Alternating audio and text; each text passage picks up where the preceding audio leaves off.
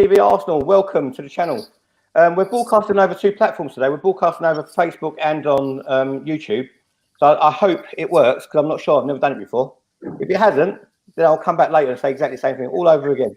Welcome to everyone watching. Welcome to everyone in the comments.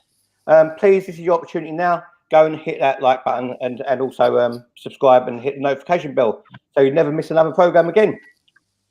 Great things happening to the channel. We've got some former Arsenal players coming on, so now's the time to subscribe. Don't miss out.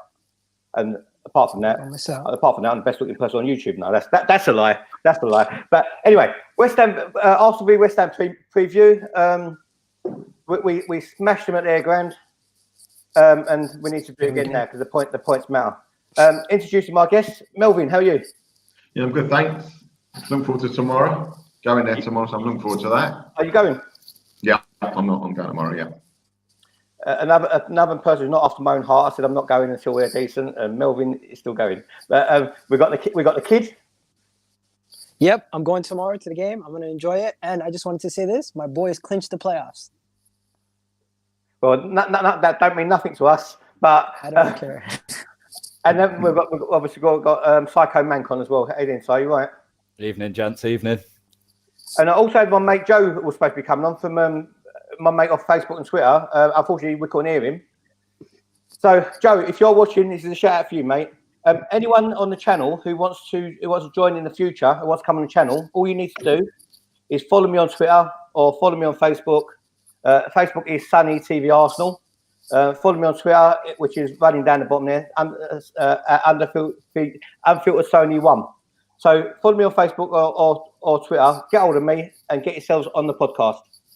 Open to absolutely everybody. Don't care about what your numbers are or whatever. But we've got some really exciting things coming up. Right, let's get to it. We're back to the Arsenal now. Right. How many games have we won in a row? We just lost to Olympiacos, so that's one. Oh yeah, I forgot. I forgot about how pissed off I was on Thursday night. I tried to erase that from my memory. Right, now you just remind me. I remember how pissed off I am again. Okay. Head against the bloody wall. Right, Melvin, thoughts on the game, mate? Well, going forward, the West Ham one we're talking about, yeah? Not the right. I think we win tomorrow. I think they've had a good couple of games, West Ham. I said hot notification, but a lot of misspell. I was rushing so much. Go on. No, I think we'll do it. I think we win 2 or 3-0 tomorrow. I really do. I'm positive. I know we've got a lot wrong at the club at the moment and on the field, but I think we've got the back four a bit more settled, and I think we'll be all right now. I'm a bit confident. Si, how about you? I'm not particularly confident at all, to be honest. I don't think West Ham are that good, but I don't think we're much better. I think we're in for a tough afternoon.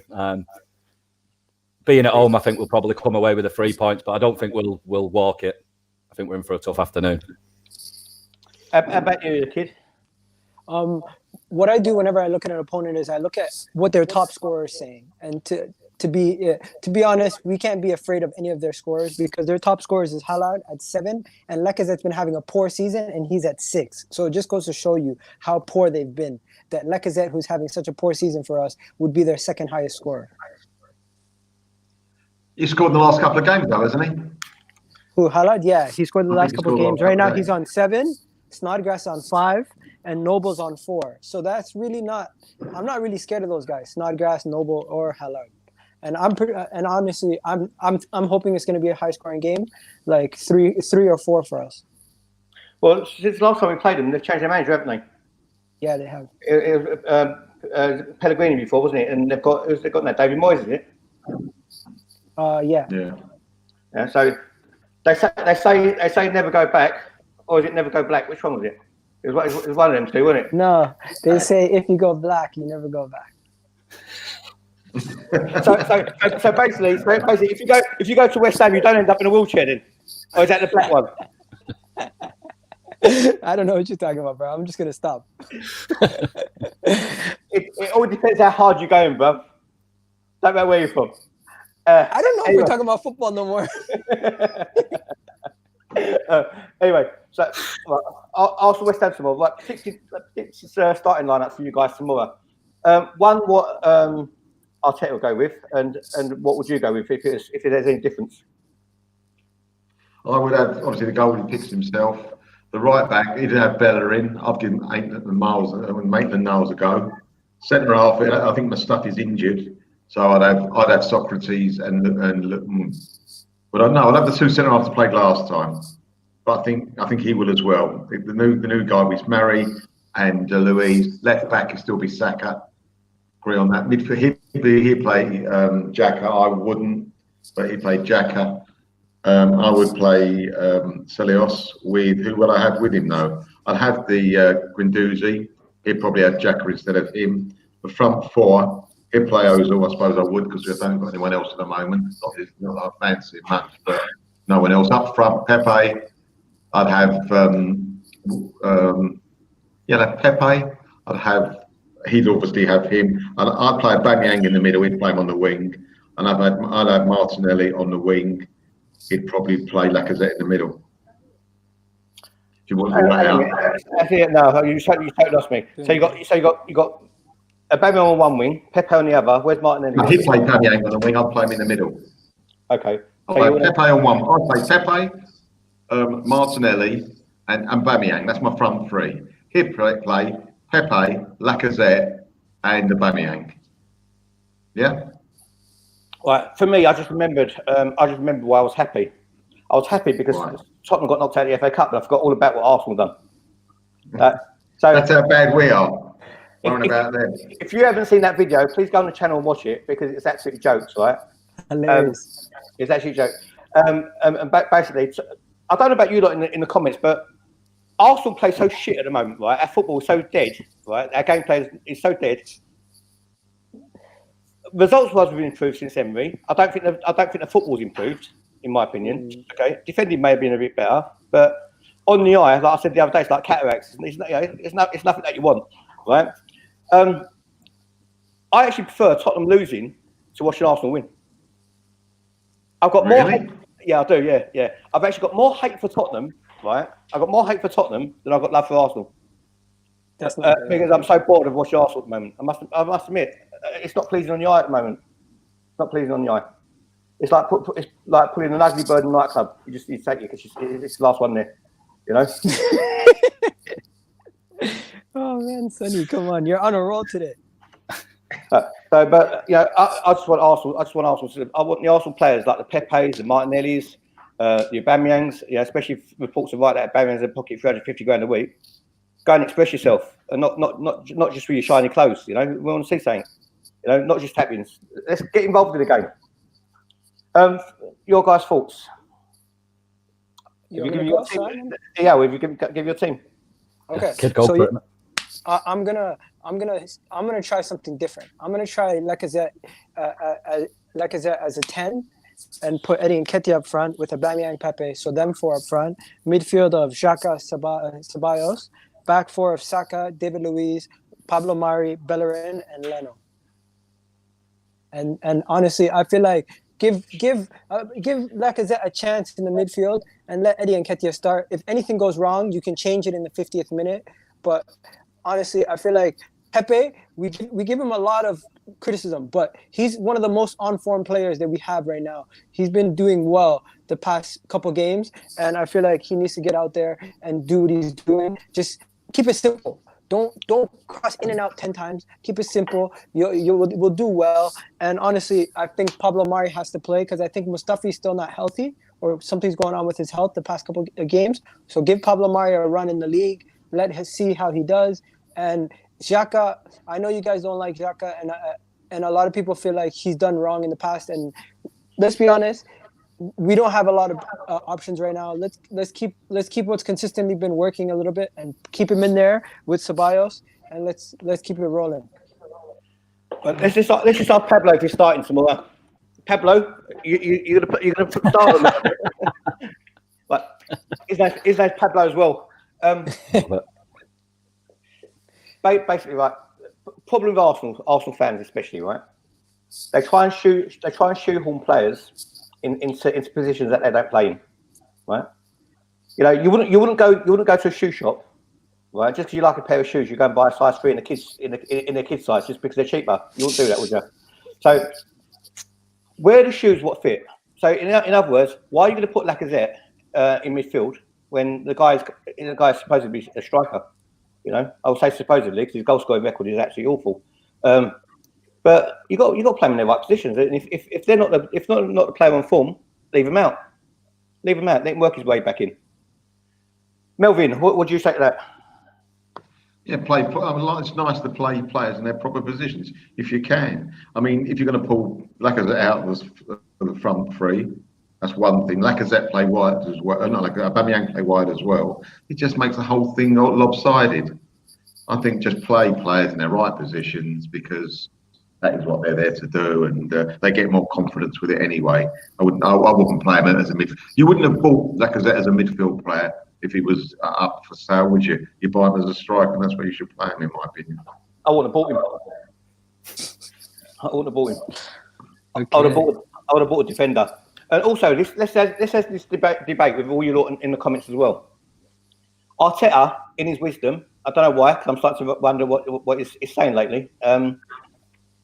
He's saying there's competition at left back between Saka and Tierney. You know, which is a big props to Saka, because basically he's done such a good job that he can actually cement down that left back spot if that's where he went to be. But for me, it's a waste of talent putting him now.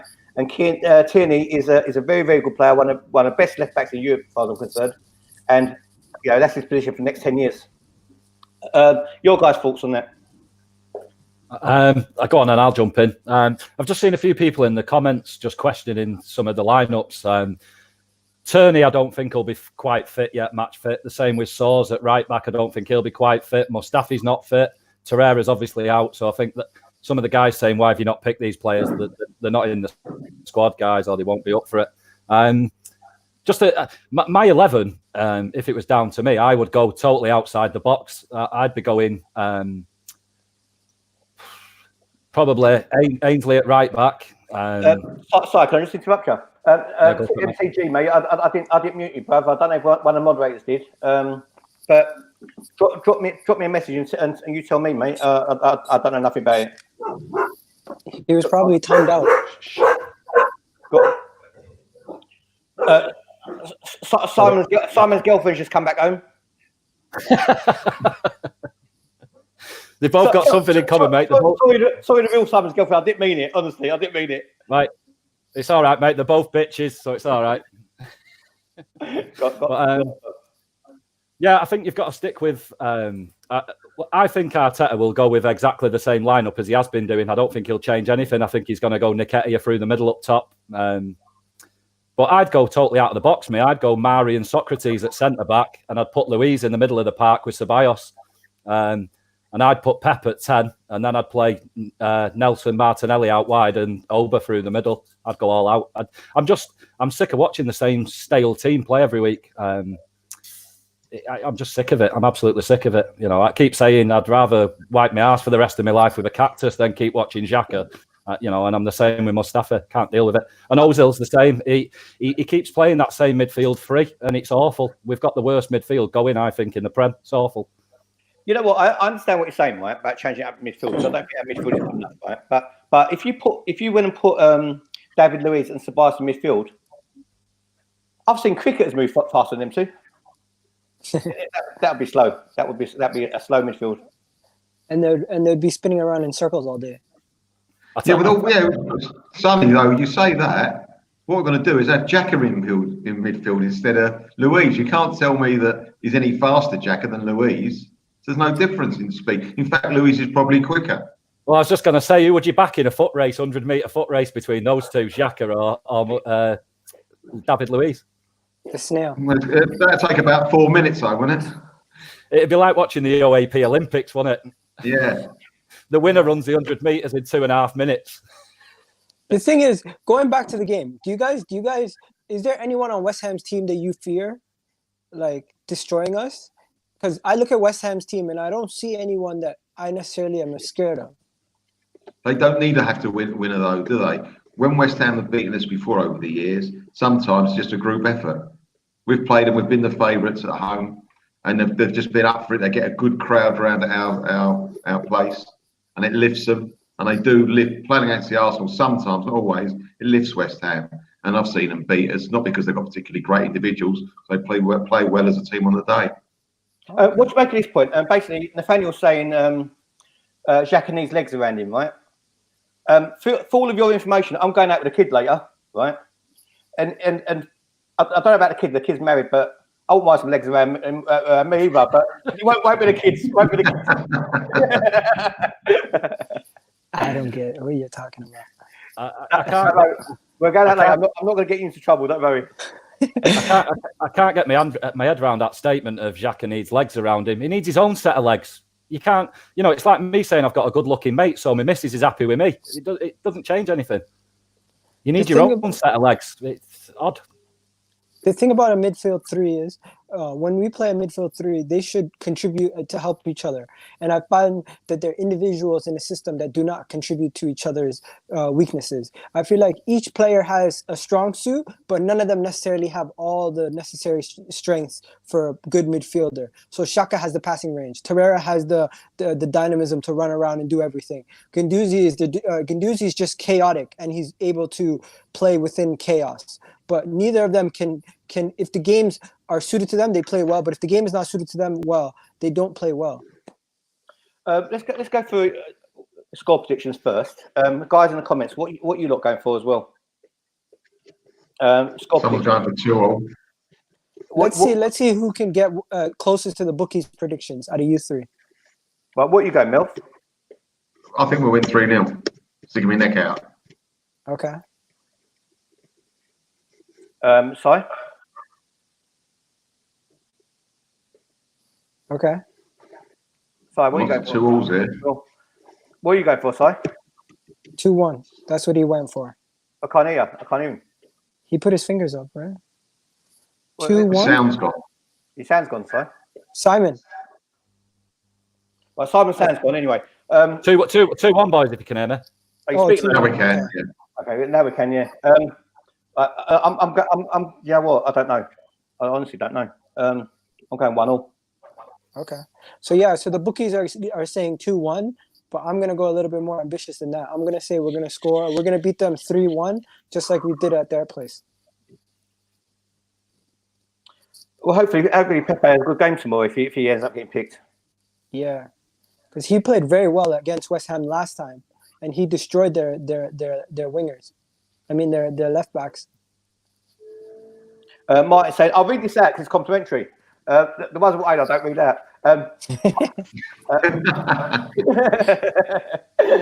Hi, Sonny, my favourite channel, always keeping it real. No bullshit or playing up to the masses, saying it how it is. Exactly that, mate. But do you know what? Pop a football channel, mate. We're not trying to be Sky Sports. We're not trying to be anything else. Just try and be fans, mate. That's what it is. That's how it is. I'm taking a bit of stick here, Sonny, saying 3-0. You're taking a bit of stick, I see. I said 3-1, so it's just as bad. Yeah. I said that was going to beat Olympiacos 5-0. So what do I know? Melvin, we're being ambitious because we're going to the game. That's probably true. Yeah. I said 5-0 against Olympiacos. You lot got playback. I might as well in a kebab shop. I got all chili sauce and poured it over my head. It was no, but we thought we were going to lose to Standard Liège, and we beat them 5-something. No. Well, I'm just supposed to show you. Quick question for you guys. Yeah. Can someone turn the volume down because we've got echo for some reason? Me. I'm wearing headphones. Is it me? I don't know. It's usually you. Hello. Right. Anyway, so, Aubameyang, is he worth $300,000 a week? No. You know why? I think that he scored a lot of goals for us. He's done very, very well this season. But why are we going to build a team around a 31, 32-year-old? Because to me, it doesn't make sense. I wouldn't do it. Can I tell you guys something that might get you angry? There was a statement that I just read that came up on my phone before we went live. And it said, Aubameyang said he does not need silverware to go down as a great. What do you think about that? Is that something that you want to hear as a fan? That screams loser mentality to me. I don't know about you guys. Like I agree can with read you it directly. Yeah. He said, Aubameyang, I do not need trophies. Following exiting rumors. Aubameyang says he does not need silverware to go down as a great at Arsenal. Yeah, I mean, at Arsenal, a great though. There's a difference between going down as a great and going down as a great at Arsenal. There's two different things. yeah. So- For me, he won't be at the club long enough to become a great. But it's similar to what you've just said there, Melvin. I think Aubameyang's worth 300 grand a week, but I wouldn't give it him. I think he's saying he's trying to say the right things, but he said it. Everything he says is going to be misconstrued. What he basically is saying is he wants to stay at Arsenal, and all these rumors are BS. But instead of saying that, he went around and said something that makes him sound unambitious, and I can't defend that. That's terrible. Isn't it better? He doesn't say anything. He just signs the paper. I mean, what he actually meant is you don't need to win silverware to be to get a great salary. Oh, That's what he actually meant. So basically, going into next season, basically Arsenal do their whole business model based on the Europa League, right? Yeah. If we don't get Europa League, we've got two players close to £700,000 a week for two players. You know, one of them pulls his weight, but he's getting older, and the other, he couldn't pull anything, could he? He very rarely turns up, does he? So, but why do we keep looking at age? Forget about age for a second. If the man is producing every season, why not just stick it out with him one more season, and then if he keeps get him a contract that's a rolling contract that you can and the club can terminate instead of I don't get why people don't do that in football. These contracts are confusing.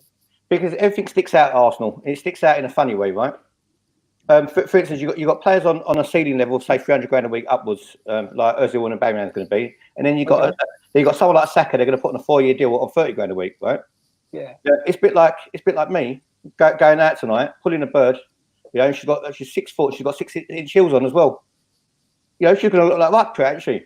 I'm not, but she's no. But seriously, it just don't look right, does it? It just don't look right. No, but the business model of Arsenal is dependent on the Champions League, and we all know that. So take the business away. As fans, we care too much about what these players make. We should only care about how they perform. And when the two are intertwined, that's when there's chaos. Like Ozil, no matter what he does, there's going to be people who support him, and there's going to be people who hate him. But his money shouldn't matter to us. We should only care about how he performs. And if he performs shit, we should dig him out. But if he performs well, we shouldn't care how much he makes. But you know what the difference is?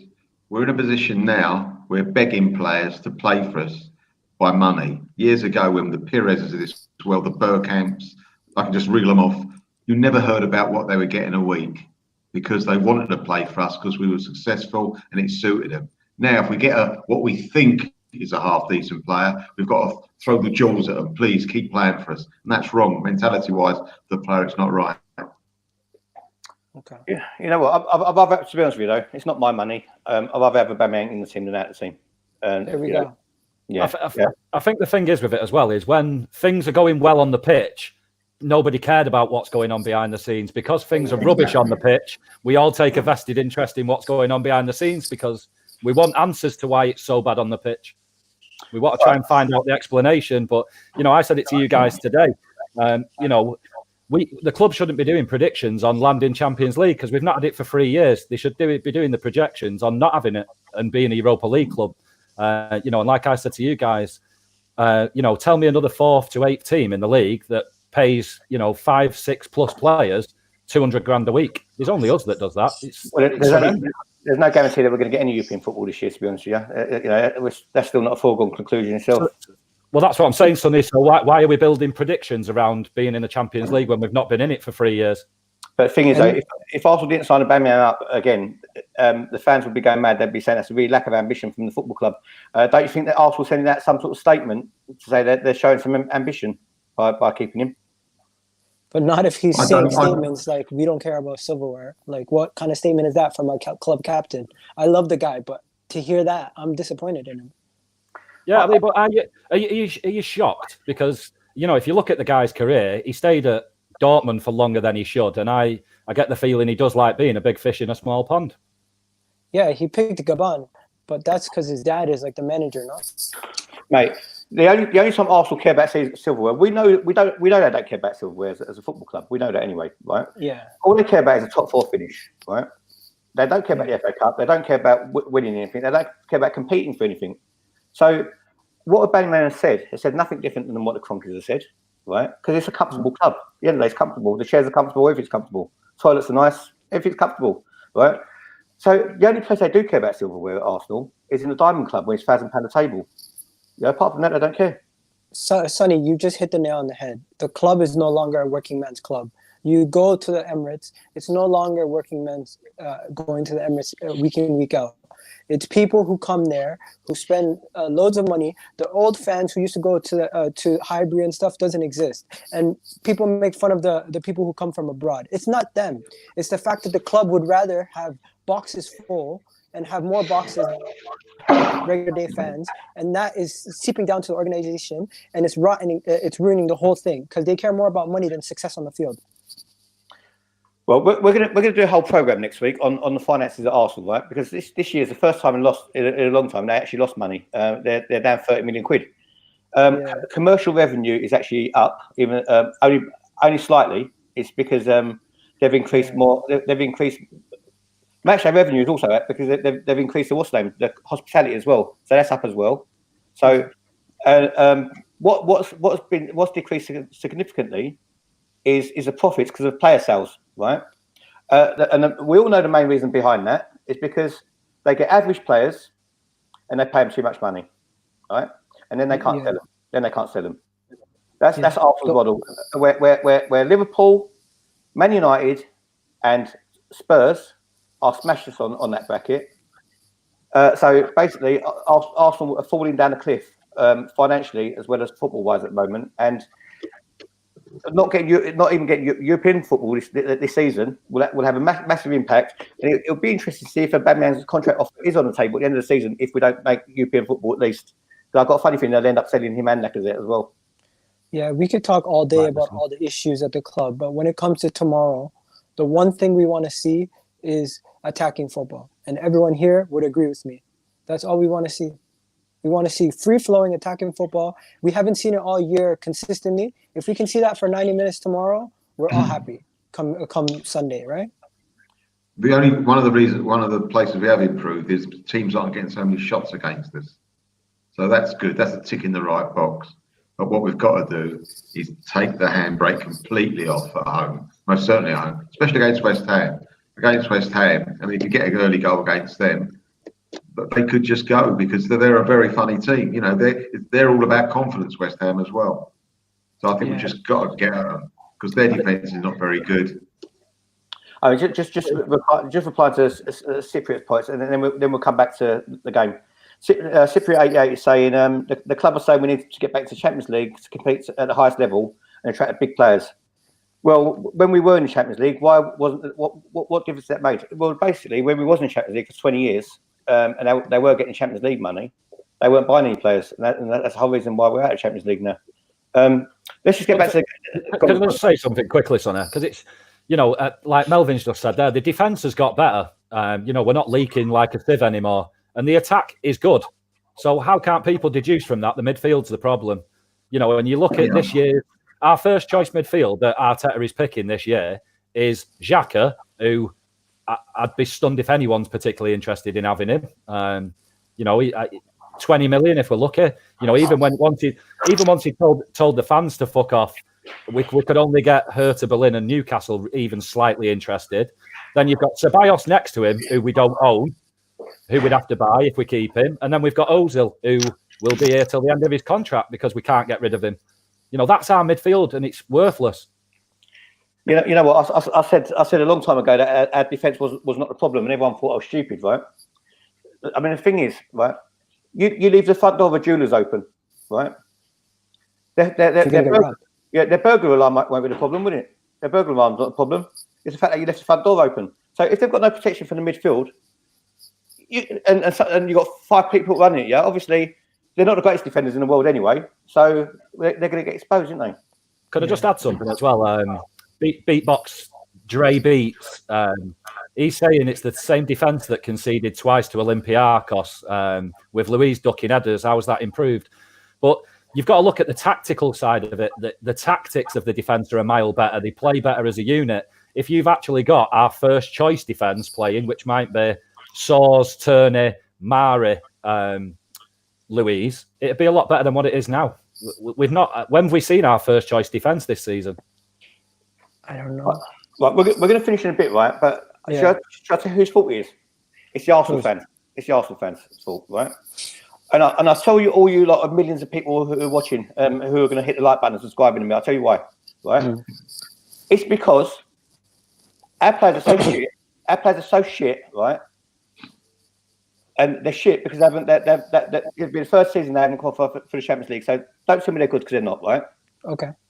Okay, and we also got rid of Wenger, Emery, Lundberg, and now we're on to Arteta, right? And the football has improved, right? When you get someone like Mustafi or Xhaka, who've been awful for all this time since they've been here, then all of a sudden they've raised their game a bit, and everyone's saying we should offer them new contracts, you know, and saying maybe Xhaka has got leadership qualities and he should be captain. Fans take some responsibility because what you've done, you've accepted shit, right? And you know, unless we get a pooper scooper and we chuck in a dustbin afterwards, and that's what we're going to get. All we're going to get is average players playing average. You know, that's Arsenal squad for you. They'll never will compete with the players that they've got. Totally agree, mate. But this is the thing. I think it's been that long since any of us have seen a decent midfielder at our club. When the likes of, you know, Xhaka goes from totally unpickable to the best of a bad bunch, people act like he's the second coming of Pirlo. It's embarrassing. You know, No, I had but somebody told me the other day he's a model professional. Really? Okay. Because I'm pretty sure I wouldn't be seen in a good light at work if I told my boss to fuck off. I just don't get some people's mentalities. Can I say some match facts before we continue? Just before you do, and we're going to finish on your match facts, I just want to respond to Mr. Brand. Mr. Brand, you can give us your first name because there's many Arsenal supporters who think exactly the same as you do, right? So don't be scared to go on first name basis because we all think that way. I'm a 50-year-old Arsenal fan, or 50 in September, if anyone wants to buy me a present, 14th, by the way, right? As in case you missed it, 14th when you can rewind it back. But basically, it's not my Arsenal no more. It's not my Arsenal no more. I don't know whose it is. It's Emirates FC, ain't Arsenal Football Club. Go on. It's Cronky FC, mate, and Okay. there's nothing we can do about it. Here's some match facts. Arsenal have won 9 of their last 10 home games against West Ham in all competitions. West Ham have lost 5 away games have lost their last 5 away games in the Premier League this season. Arsenal are undefeated in their last 7 Premier League games this season. West Ham have conceded at least 2 goals in their last 3 away games in the Premier League, and basically, the bookies predict a 2-1 win because they say Arsenal have not lost in the Premier League against West Ham since 2015 and cannot afford to drop points if they have any ambitions for top 4 or top 5. When they predict we can't afford to drop points, that's irrelevant. How we're going to do? No, but they're also showing you statistics that we haven't lost since 2015 at home against Now, West that's Ham. different. But saying we need to win a game doesn't give any more impetus to the 11 players on the pitch. Hey, Makes no difference at Melvin, all. I didn't write I this. want to win the lottery tomorrow night more than you do, probably. I ain't going to win it. Don't shoot the messenger, Melvin. Melvin, anyways, guys, have you guys noticed we have a double game week where we're playing Man City on Thursday also. Wednesday. Yeah, we're playing them Wednesday. Bro, but yeah, I've 50. You know what? Because Tips MCG, right? Because you gave me a compliment, you'll never ever get muted again in this channel. It may not have been a compliment. Are you guys worried about fitness? We're going to be playing 2 games. Well, you've got to be because we don't do well, do we? In weeks where we've got more than 1 game, it's been proven. And we got Man City away. You know, we're making. We even Arteta said it after the Leeds. Was it Leeds? Can't think who we played in the early round of the cup. And he said, you know, he was pointing to them as if to say they're fitter than we are.